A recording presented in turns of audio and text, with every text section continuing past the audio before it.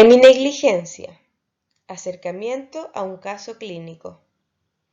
Universidad Autónoma de Chile.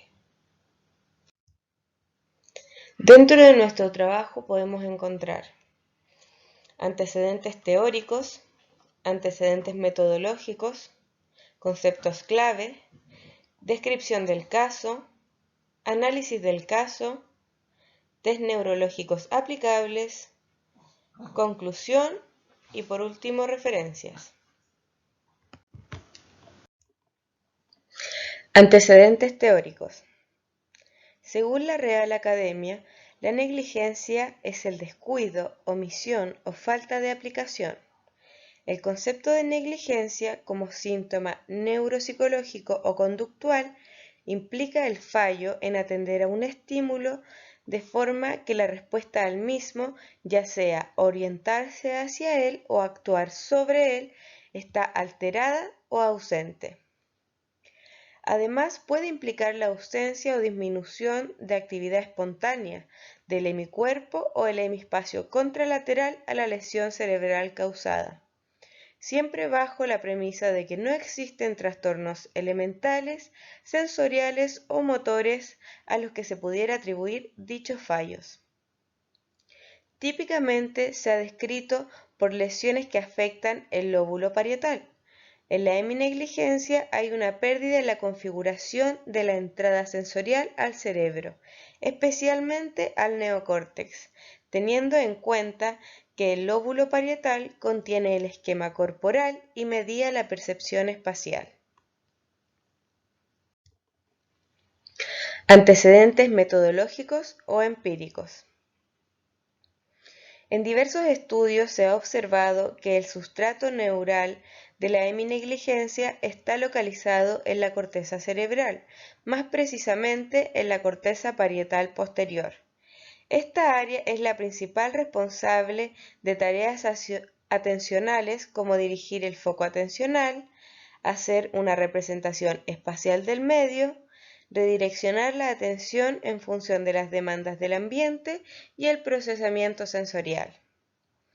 Sin embargo, estudios actuales han dado pie a pensar que, aparte de las regiones parietales, también hay implicaciones de otras estructuras, como el giro y surcos superiores del lóbulo temporal, la ínsula y el giro medial occipital. Dentro de los conceptos claves tenemos, número 1, percepción. El proceso de percepción puede definirse como la forma en que son interpretados los estímulos que son recibidos del exterior por medio de los sentidos. Número 2, lateralidad. Brotons afirmó que la lateralidad es una función de gran complejidad que implica un principio organizador de la información aferente y la respuesta motora. Número 3. Memoria de trabajo. Sistema cerebral que proporciona almacenamiento temporal y manipulación de la información necesaria para tareas cognitivas complejas como la comprensión del lenguaje, el aprendizaje y el razonamiento. Número 4. Procesamiento de información. Procesar, percibir, atender, almacenar en la memoria, recuperar y combinar en la mente de forma activa la información. Número 5. Anosognosia. La anosognosia se define como la ausencia de conciencia de trastorno, del grado y de sus implicancias. Descripción del caso.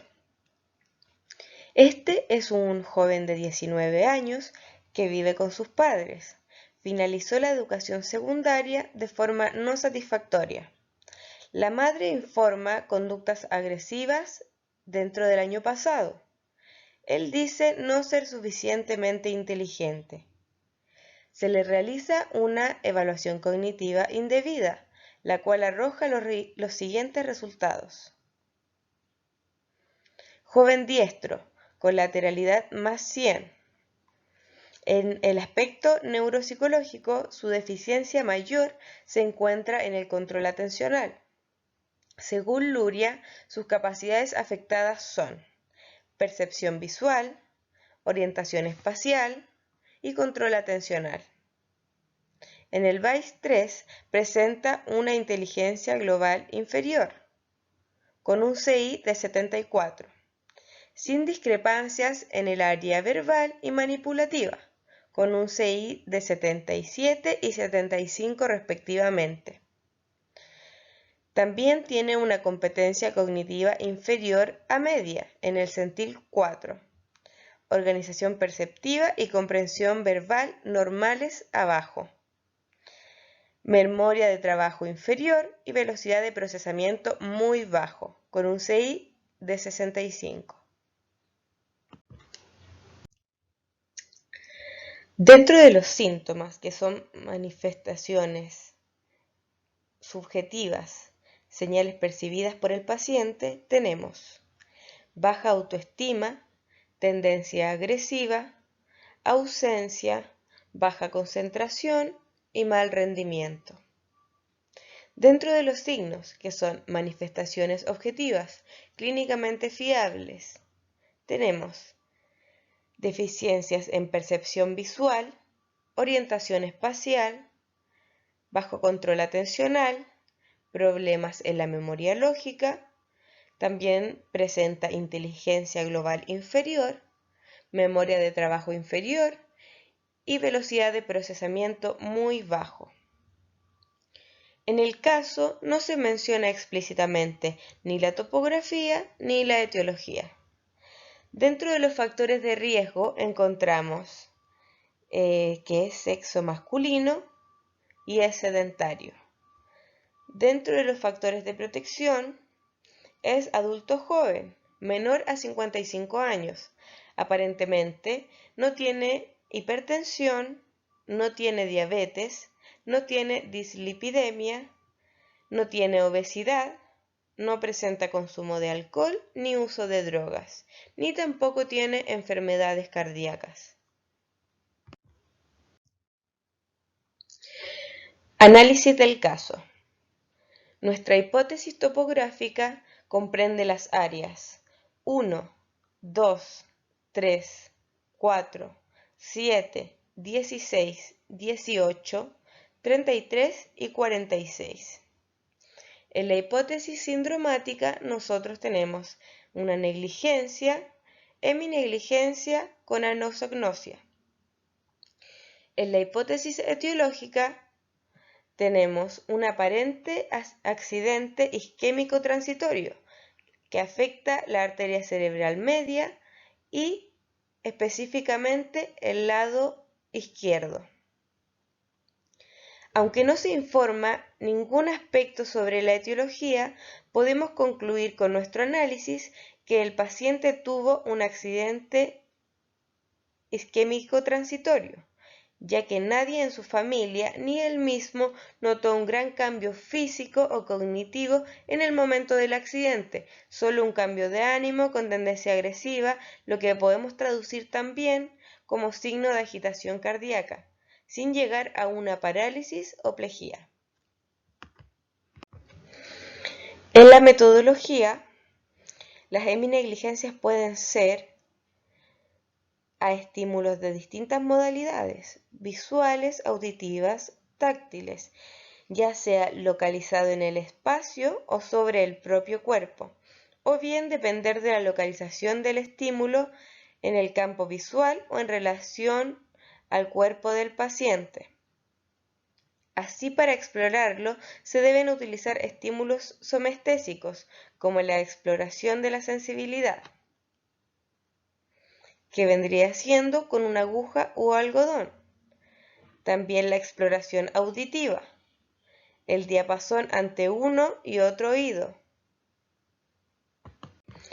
Y por último, la exploración visual, que puede ser con una campimetría por confrontación,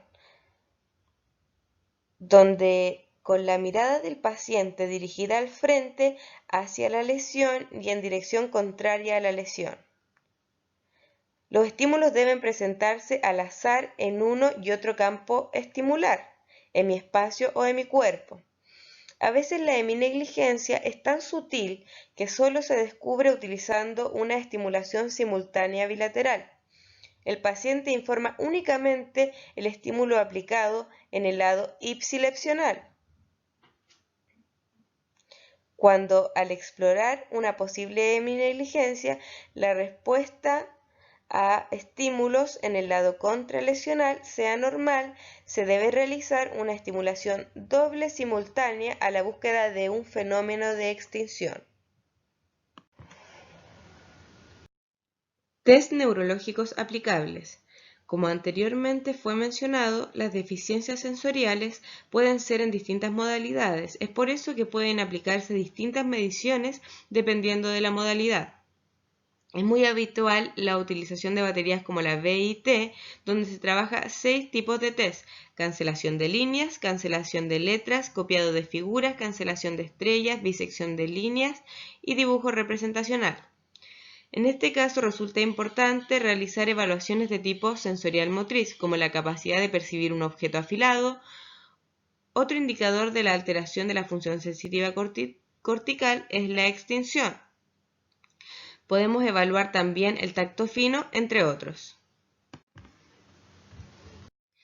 En la batería BIT podría tener dificultades perceptivas, lentitud en el proceso de realización, fallas en la atención y errores, aún así pudiendo realizar la prueba, pero no con buenos resultados, debido a que su heminegligencia tiene que ver con los aspectos somatosensoriales, atencionales y motores más que con los aspectos visoespaciales.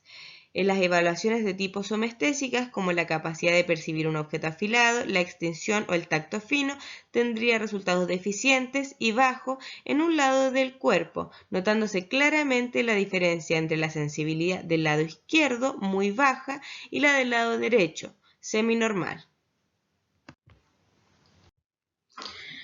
Conclusión.